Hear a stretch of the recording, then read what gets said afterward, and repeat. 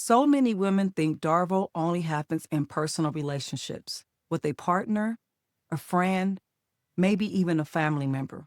But what I'm seeing right now in my practice and in stories women are bringing to me is DARVO is operating at a systems level. When it's institutional, when it's embedded in the culture of a workplace or organization, it becomes deeply destabilizing, especially for high achieving women of color. So let me break down what DARVO is in case you've heard the term but haven't seen it named clearly. DARVO stands for denial the issue exists, attack the person who raised it, reverse victim and offender roles, and make the person who spoke up look like they're the problem. In relationships, it may sound something like, I never said that. You're being too sensitive. Why are you attacking me?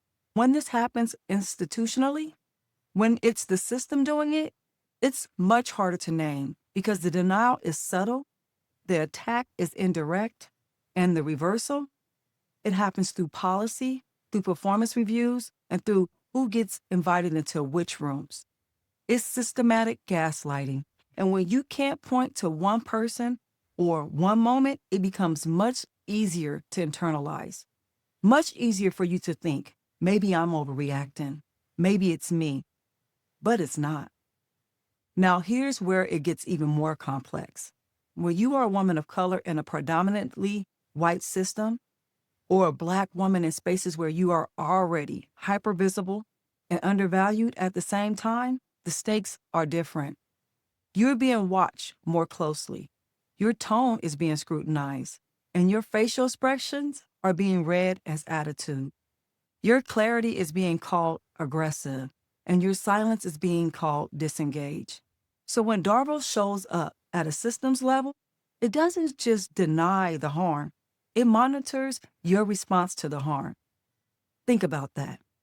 The environment says there's no problem here, but it's also saying, and we're watching how you react to us saying there's no problem. So now you're managing the original harm, the denial of the harm, and your own emotional response to both, all while being told you're overreacting. This is why so many high-achieving women of color come to my office and say, I don't know if I'm crazy. I don't know if this is real. Maybe I'm just not cut out for this. And you know what I say? You're not crazy. The system is working exactly as designed. When the environment denies harm but monitors reaction, the body learns to second guess itself. And your nervous system is trying to protect you, but the feedback loop is broken because the threat is real, but no one will name it. So what does this actually look like day to day?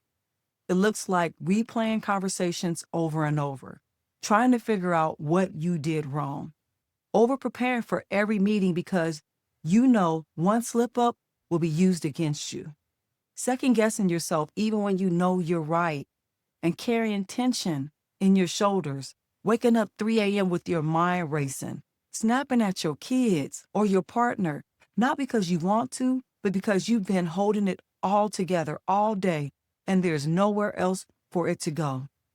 You might even notice you stopped advocating for yourself. You stopped raising concerns. You get quieter, not because you've changed, but because the cost of speaking up has become too high. And here's what I want you to hear. That's not a personal failure. That is an adaptive response to a harmful system. And your body is doing exactly what it's supposed to do.